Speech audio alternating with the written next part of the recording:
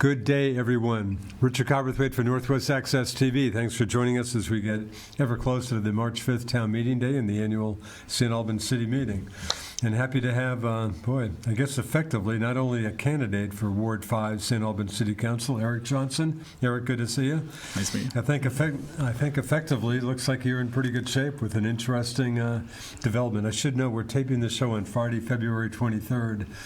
And I guess I maybe was one of the first people to know about this, but I got a call yesterday from your opponent, Bob Farrar, the incumbent Ward 5 alderman, who gave me the surprising news that I guess he had gotten some legal advice and got the word just in recent days that there was a potential conflict of interest with him running for office or another office as a sitting judge.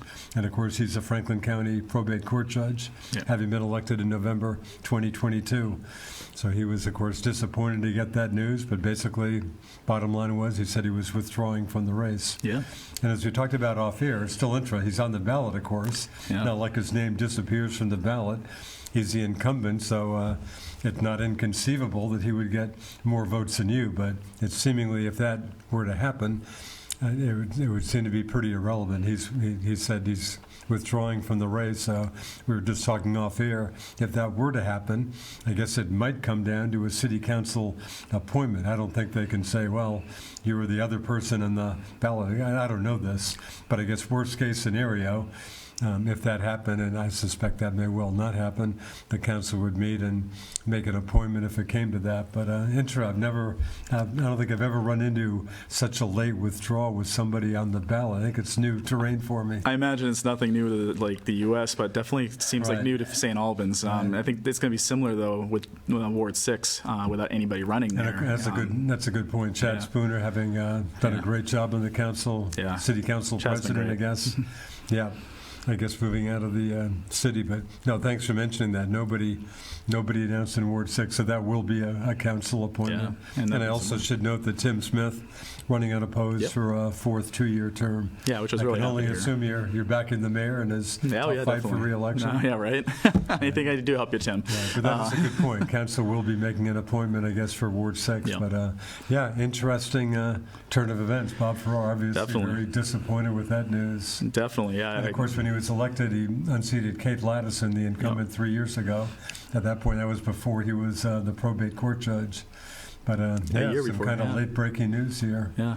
Anyway. Yeah, it was definitely a surprise. I was down picking up a car from service, and I got the message from you, and then I got a message from Josh Ellerbrook over at the Messenger, and then I got an email from Bob. So it was definitely kind of a big surprise so late in the race, like you said. Bob lives right up the road from me, so to see his signs pulled out today, that was. Is that right? So he was pulling out his sign. Yeah. Interesting. Yeah, I gave a call to Bridget Higdon at the Messenger. I thought she might not, and she'll be joining me for election night coverage. Bridget does a great job with us and for the Messenger. Anyway, that said, tell us about yourself. Is this your first run for public office? Yeah. So I've been on multiple boards around St. Albans for over 10 years. Yeah, sounds like you've been a very active guy. So this was kind of the next progressive step for me. I was the downtown board member. I was vice chair, secretary, and treasurer. I've been on the design advisory board for now almost 3 years, which has been a great opportunity to kind of mold the city and where we're going with it. Yeah. And I feel like there's an opportunity for me to even give back more with my background in communications and my background in EMS for 10 years, so the security and safety side, as well as how we communicate with the constituents. I think that's a big key component that I can bring to the table. So running for office was the next big step. Also with Chad Spooner leaving, I'm really big on diversifying our different boards, so we have voices from everybody, and definitely bringing in that fresh energy to the council. I think I can help make some of the initiatives which we're already working on, expand on them and hopefully start some initiatives that we could use, including with TIF coming to an end. I want to be on the forefront of learning what's coming down the road, working with our state reps to see what tax opportunities are going to come through for the city to continue growing, because we've had a great run with TIF. As you know, Dom was brought in with his experience when Tiff first started, and that was a huge win for City Council. In fact, I usually go to the weekly lectures, the OLLI lectures, Osher Lifelong Learning Institute, and again, Dominic Cloud was the speaker talking mostly about TIF a couple days ago. Good. Oh, well. Yeah, it sounds like the city, as I noted, I had a couple of questions for him after he finished speaking and noted that realizing you're not getting a Christmas card from State Auditor Doug Hoffer, but I just asked, the state government treated you pretty well, and he said the state has treated the city pretty well. Yeah, we've had great development with the downtown revitalization, the Brownfield project, the parking garage, a lot of our curb and sidewalk projects. I mean, all of that wouldn't have been possible without some of the leadership that we've had in these last 10, 15 years. Yeah, So. just two articles. Again, the city budget, about a $13.8 million budget. Can I assume you're supporting that article on the ballot? Yeah. And the other one is TIF to kind of keep the tax increment financing going. Yep. Your support of that. There's only a little bit left on that, so it's like both time-wise and amount left. Yeah. So it's a good opportunity for us to just get whatever we can done to continue with our growth, economic development, as well as our residential, low-income, and middle-income home opportunities. You run in your. Tell us about your campaigning. How have you been campaigning? Yeah. So as far as hitting the road, I like to meet people. I want people to know who I am. I want them to be able to just find the person that's like behind the seat in their ward. So it's not just about having a title out there, but actually getting on the streets. So I've so far met with probably around 70 or 80 people across my ward, people that just answer the doors, people I ran across on sidewalks. So it's been a good opportunity for me to really engage with them. And the communications component was my number 3 item on my 3 top components, which was economic development, safety, and then communication. But people are really pushing communication up. They want to hear more. They want to know what's going on. They want to have that feedback component as far as like what they're wanting to what they're hearing. As well as we know, the messengers 2 days a week. They're doing a great job still, but it doesn't reach everybody the same way. And then you've got the renters who don't always get the water bills, so they're not getting reached. So it's like, how do we make sure everybody's voice is being heard as well as reached? Yeah.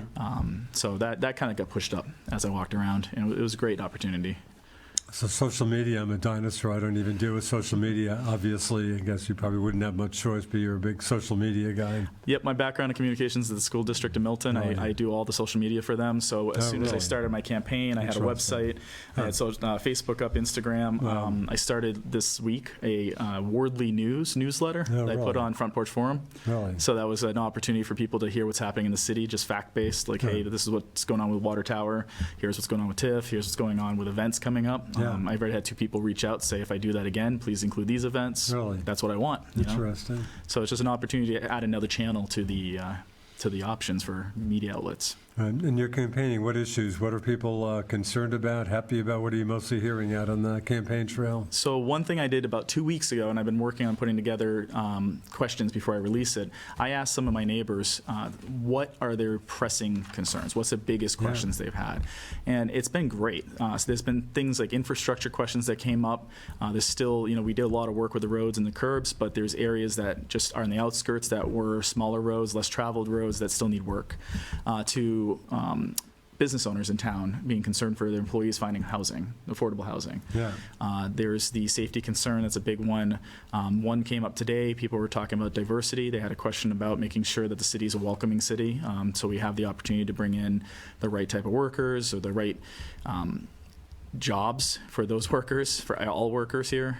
There's plenty of opportunity in small businesses, but we're also, where are we meeting those middle-sized businesses as well that can hire a couple hundred people? Peerless has done it for years, but we need that, some of the other positions that will do the same thing.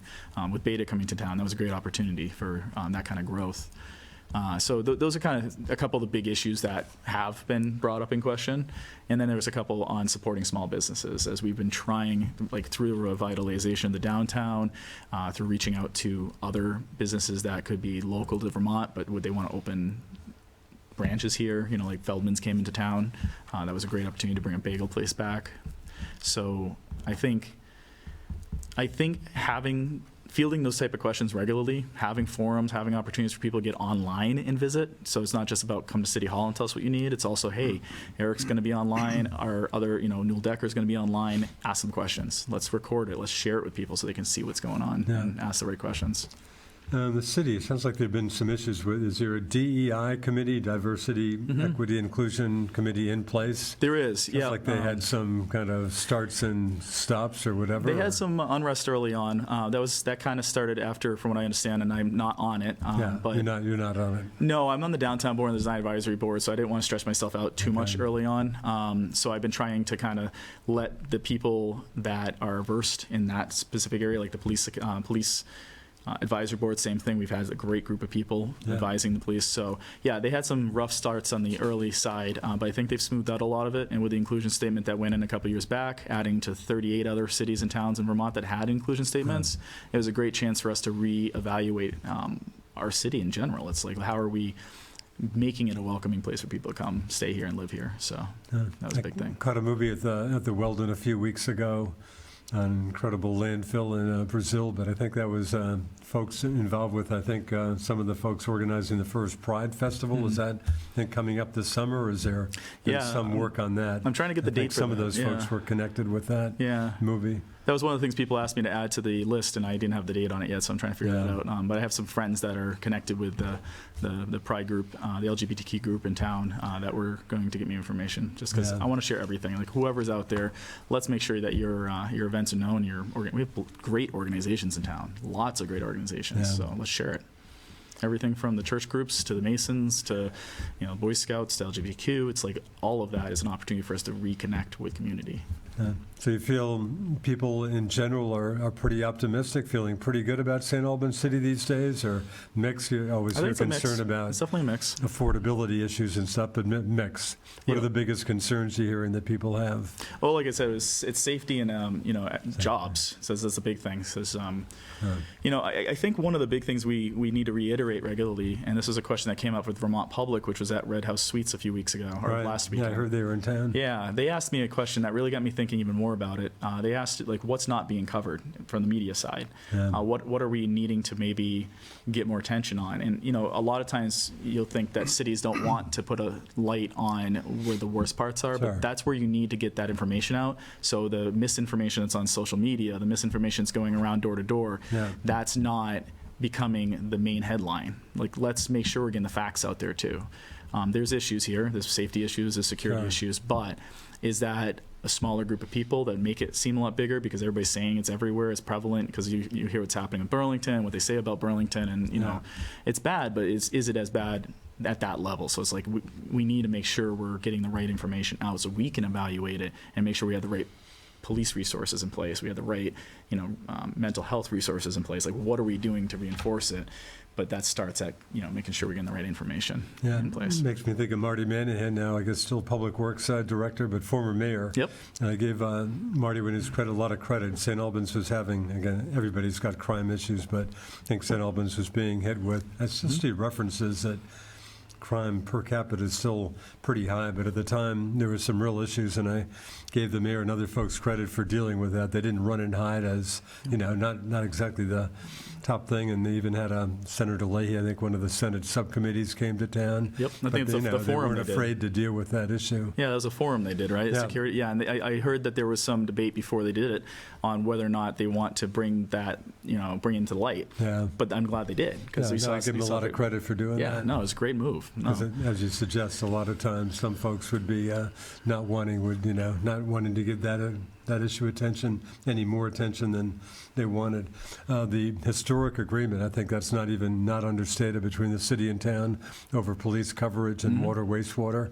I assume, not that you're on that council, but that was good news after the city, God knows what the city and town spent on litigation. I mean, hundreds of thousands of dollars over the years. So was that good news to you? I think so. There's been an instability in the town as far as police coverage goes. They had Franklin Sheriff for a while. They had still do at this moment. In fact, City PD takes over July 1st. Well, and CPD's been covering parts of Swanton. They've been covering parts of Highgate for a while. There was that kind of in Swanton's grown their coverage. I'm not sure they were in Swanton. They've got Highgate. My father used to live up across in the country club, and St. Albans patrol through there. So there was an agreement of some sorts that were going to go through there. But I think the biggest win for the city and town is that the part of the agreement is if the city needs extra help at any given moment, the town's covered officers, the city PD, but they can come up and help. And it's the same thing to the town. If the town suddenly has an incident they need more extra hands on, they can pull them from the city. And I think that's something we're missing, because now we're going to have those extra people when we need it.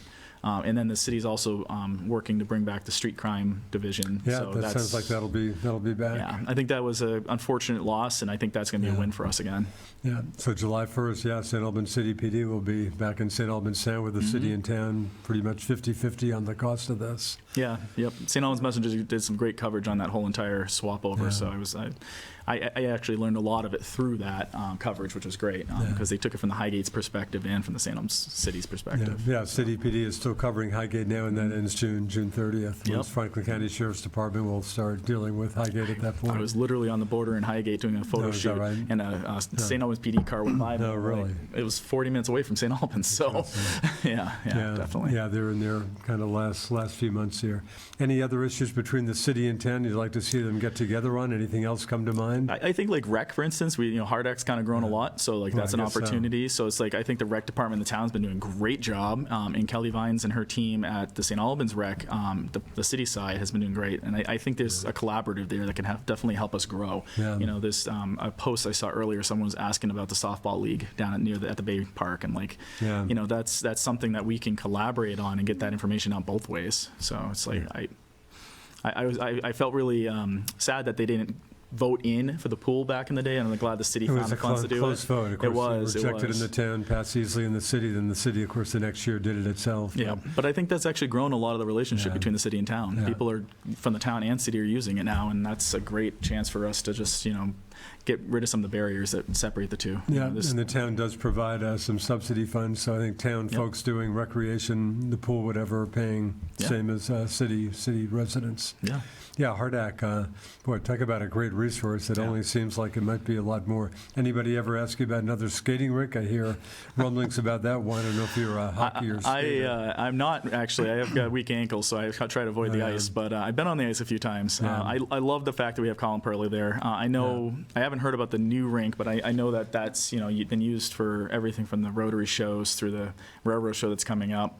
So it's like it's a great resource to have in our area, because there's a lot of towns that don't have a space that big.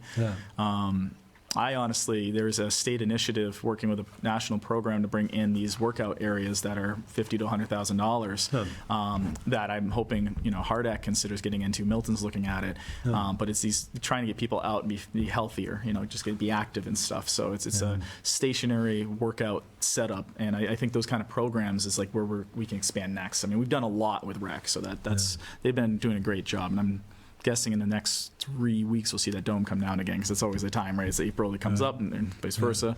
No, it sounds like the pool has worked very well for the city. Sounds like that's been, and Kelly Vian's the rec director, and her folks do. Really and she hired a director of the pool specifically, and then we're hiring another position to run the Weldon, because without the city stepping in on the Weldon will be gone. And I still think that's thank you, city. I'm a longtime St. Albans City resident, and I'm very happy that Weldon is still with us. At a community the size of St. Albans has a downtown movie theater. I don't think people realize how. It's incredible that this is happening. It keeps the culture So here. you're happy with that? I am. I want to see it get to the point where it's self-sustainable, definitely, because I know there's still some money going into it from the city side. And I think that just reminds people to get out and see some movies there, see the old theater. They've done a lot of work with it. They have a lot of work planned. So, I can see the bathrooms eventually getting redone because they need to be. So things like that to really bring it up to code and bring it back to where it can be successful. Yeah. And part of the TIF, which you touched on, kind of the next phase is some significant housing right next door. Right next door. Yeah, that's going to be big, and they get the Lake Street housing going up, which is low to middle income. We've got a senior income slash Cathedral retired. Square's got a presence. Well, LaSalle's going to have one too. Yeah. So that's going to be big. A lot of stuff going on. Oh yeah, it's great, because it's like you want to see that growth, but you also want to make sure we're doing it in a sustainable way. Yeah. So homelessness issue that gets a lot of attention statewide. I guess there's some encampments around. I'm not sure they're maybe more just outside the city, but some in the city as well. Some in the city. I have a coworker that lives down in Ward 3, I believe, and their recycling bin got stolen by some, and she went out into the woods and found it and asked to have it back, because you pay for those. But yeah, it is a problem, and I think there's opportunity in the city, especially like Tim's house, expanding on that concept, because give people an option to get out of the cold. Legislature keeps wrestling with that. It does. Do you think that should be it's more of a state issue, I guess? It is. Think it should be a state responsibility to take care of homeless people and give them a place to live if need be? Well, I mean, there's opportunity for education too, right? So if we get the right jobs in place and we can educate people that want to work, I think that can help fix some of the problem. But it's, again, the jobs and the education component. We got a great tech center, and that's good for the high schoolers. Let's work on the other side as well. Yeah. And as far as the state's involvement, I also think that the city council has the, on the ground, what's going on here, what's the local issues, and really working closely again with, Casey Toof and Mike McCarthy and our other reps to make sure that we're communicating the needs locally for the people that are staying near the railroad or living out near Price Chopper or Walmart, because there's, spots out there that they're doing that. Yeah. So.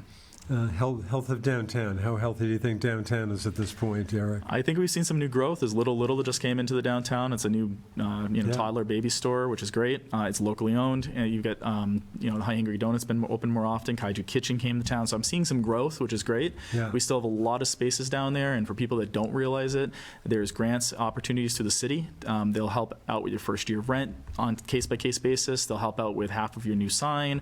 So there's opportunities to work with the city to get, those spaces filled, because it behooves the city to have those spaces filled, especially if you're looking at the, people coming to town.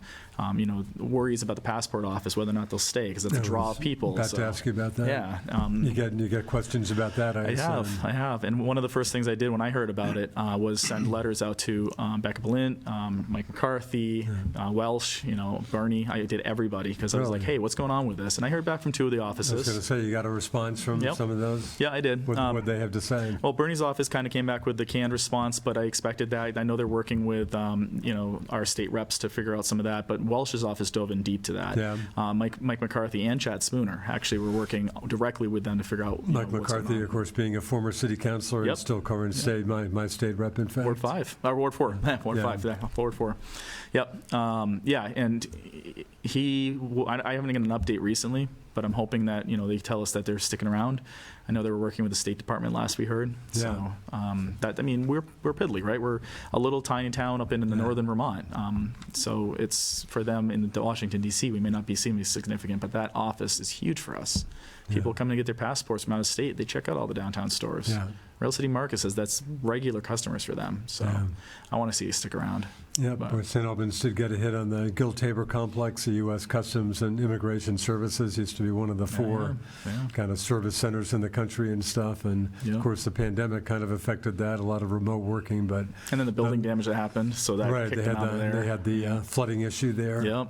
And I guess, Billy, the folks who were out at the Energizer plant, I think they've kind of taken over down there, warehousing. Yeah. But I guess we're certainly not talking a lot of jobs, but some used to it.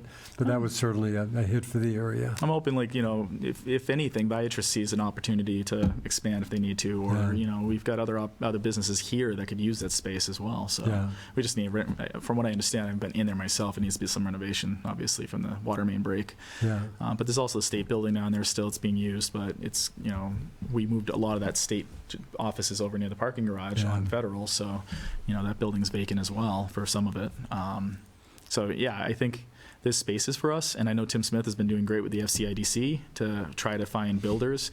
Milton just recently opened 2 large manufacturing buildings, and they didn't have leases when they were building it, but now they've filled them. So it's like, well, can we find some developers like that want to bring more opportunity to even right around channel, I was going to say channel 15, sorry, old school, right near Northwest Access TV. I mean, this is what's kind of been developed out here. So it's like there's opportunity to work with the town again. Yeah.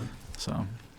Boy, Milton, I have some handle on Milton. I had a part-time job in Milton for many years, but I think some folks might be surprised. We're talking top 10, nothing I have to tell you, top 10 town population-wise in the state. Yeah, it's been a lot of growth in Milton. Yeah. Don, I'm sure you know Don Turner. Oh, yeah. I know Don well. Yeah. He was my chief at rescue when I was back in the day. Is that right? Yeah. That's right. Are you still doing that? Are you still? No, I took a break of about 6 years ago now, but I did it for over 10 years. Really? So it was. I started in college, and I just kept doing it, and it was rewarding. I did, enjoy doing it. I had enjoyed helping people. I enjoyed the camaraderie. Officers at 10:30 at night would come and hang out with us for a few minutes and talk with us. Their dog would be there, and we just socialize. So it was a good chance for us to, Dawn Turner's done a great job. They are actually a great example of communications improvements. They're communicating so well in Milton as far as their website, the newsletters, all the stuff they're doing. And I think we can use it kind of as a model example, as well as, some other cities in the state on how they're doing it, because I think that's where some growth is. You think the city council should do something, just the council as a whole, like a newsletter or social media? I'm not sure if they do anything now or not, to be honest. I'd like to see, I know the mayor puts out his letter. Again, it goes out the water bill, but it's just and it doesn't go to the renters, though, because they don't get the water bill. So I'd like to see maybe an e-letter start going out again. There's enough people using email. There's enough people using Front Porch Forum. So Don puts out his town manager letter. I would love to see maybe a city manager letter that kind of highlights what economic development's doing on the Chip Sawyer side, as well as maybe Public Works and Marty Manhan's side. So it's like, just give us updates. They do a good job of posting to the site, but it doesn't always reach everybody, because the site's busy, but also when it gets updated, we don't know. So it's like just reaching on those other channels as well. Yeah. And your, again, travels around your ward, the city. What are you hearing from people who say, boy, St. Albans could really use something that it doesn't have now? Do you hear any particular things on that front? I heard one the other day. Someone actually said we need the bowling alley back. I was like, oh, that's interesting. Yeah, I miss the bowling. I grew up in eastern Massachusetts, Candlepin bowling country. Oh, but, I miss the bowling alley. Yeah, we had one. 14 Star has been a great replacement for it. It's been amazing. Like 14 Stars fared pretty well. Oh, Steve and his team over there have done a great job about opening up. Talk about community-minded folks. Seriously. Yeah, giving back, too. They're really focused on veteran support, which is awesome. But I think every event I've either been helped plan with, I've been to, 14 Stars there. So it's been good that way. I think some other things that people have talked about, they like the diner. They've got Tim's Place and they've got the St. Albans Diner. I hear people kind of want the quick food sometimes. We got Maple City, we got plenty. Maple City. We got plenty of pizza places. We got plenty of Chinese places, Chinese food. And so Mexican. I guess the Mexican folks are moving down to South Main Street. Doing great work. Shopping center. Right next to the Drake. Right next to the Drake. Right next to the Drake, which is kind of cool because it's like the diversity of choice in food there is awesome. Which I like both. I've had both. Regularly. So as far as growth, people are really excited about the baby store, so I'm sure we're going to see a little bit more growth around that area as people begin to, our school populations aren't really changing. If anything, they've been going down a little bit. In fact, I interviewed Superintendent Bill Kimball, the Maple Run Super, today. He said pretty stable last 5 years, but Milton he said he'll take that with plenty of school districts in the state, of course, losing students. Oh, yeah. Like what you said, Milton was one of the biggest. They've had 1,511 students. So, in 3 schools. It's definitely... And they've been steady as well. So I think there's opportunity for us to look at like other downtown stores, like Dan Forum. They moved downtown, which is great for them. They have parking, better parking. They've got accessibility. And not a lot of people know, but that plaza is part of the downtown program because it's the end of it. So we try to highlight businesses that are in the downtown as far as the downtown board goes. And that's a state's initiative. But that program right there is a similar example of what we need for other programs. It's like that's done great for the St. Albans. So. When I say a big train guy, I take 3 or 4 train trips a year. Very easy for me. I can walk to the train station. Of course, invariably see Newell Decker when I get on. Newell loves his trains. Not when I get off. He loves his trains. But I'd love, as anybody who talks to me knows, I would love the Amtrak Vermonter to get back. It used to be the Montrealer to get back to Montreal. So if that ever comes up in your travels with any federal officials, I urge you as a city resident to mention that. But I think that'd be a nice boost if we could get the Amtrak back to Montreal. I like to see our federal system. Not to mention bus service, and I think Jim Levy, a very long-time lawyer here, I think's been trying to get some bus service going again. Oh, yeah, definitely, because even the buses we have are so, you're 12 hours away if you're working, and it's like impossible for 8-hour days, so it's definitely a good opportunity for us to re-expand on that. I know people that, even my partner, she said that she'd love to work in Burlington, but the 40-minute drive every day is kind of taxing. So having some sort of faster transportation option, public transportation option would be amazing. I feel like, the U.S. is still a little bit behind on that. A lot of countries are doing amazing work. Excuse me, sorry. Anyway, well, we're down to under a minute. Erik, again, it looks like, Bob Farrar, your opponent, the incumbent Ward 5 alderman, is withdrawn from the race, so it would seem to put you in pretty good shape, but I'm sure you're going to keep campaigning. Oh, definitely. And again, give you half a minute, make your case again. I think if you live in Ward 5, even if you don't live in Ward 5, I want to be a voice for our residents, our constituents, our city. So reach out to me, visit ward5vt.com, check out what I'm about, and if I win, hopefully when I I win, that site will become the Ward 5 site for resourcing on information, news, events, etc. So I'm big on safety. I'm big on making sure we get jobs in town, and we make sure that we have reasonably affordable homes for those jobs, as well as making sure we're expanding our communication for our city. Very good. Thanks for the time. Erik Johnson, Appreciate it, who in Richard. all likelihood the next Ward 5 city councilor. Again, Hopefully. nobody jumped in Ward 6. Write-in candidates would be welcome. Thanks to Alan Cunningham, our producer. I'm Richard Cowperthwait. Thank you for watching us here on Northwest Access TV. See you next time.